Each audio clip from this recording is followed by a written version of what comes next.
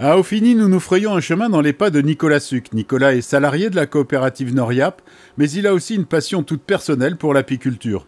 Il a conforté son intérêt par une solide formation et il s'occupe désormais du rucher de la coopérative.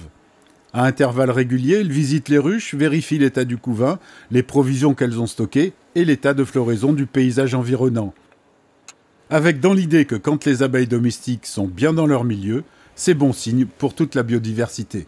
On parle de la disparition des abeilles, c'est pas la disparition uniquement des abeilles domestiques qui sont en ruche, c'est aussi les autres abeilles et même plus les autres abeilles, les abeilles sauvages, les abeilles charpentières, les abeilles solitaires.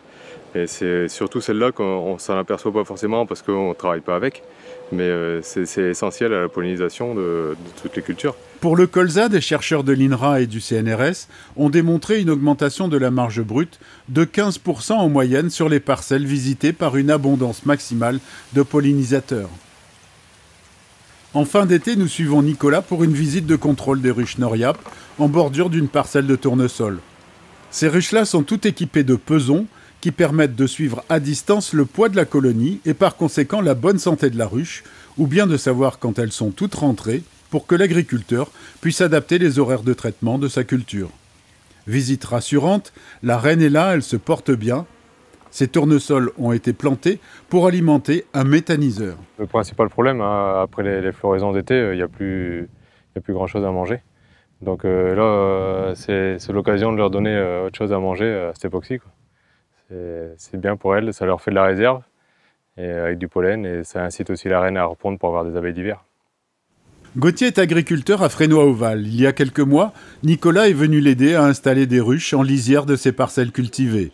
Bilan de l'expérience en fin de saison, les abeilles se portent bien, Gauthier aussi. Je cultive autour et je faisais vraiment attention en disant il faut que je fasse attention aux abeilles, de ne pas trop les déranger.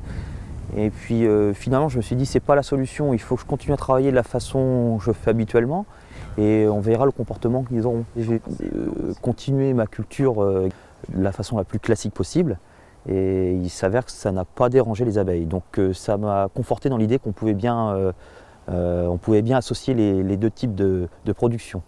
Quelques principes de base pour allier agriculture et apiculture: ne pas épandre de produits phytosanitaires un jour de grand vent, respecter les horaires d'application pour traiter quand les abeilles sont rentrées à la ruche, et choisir des couverts ou des jachères contenant des plantes mellifères, facélie, tournesol ou trèfle, particulièrement appréciés des pollinisateurs.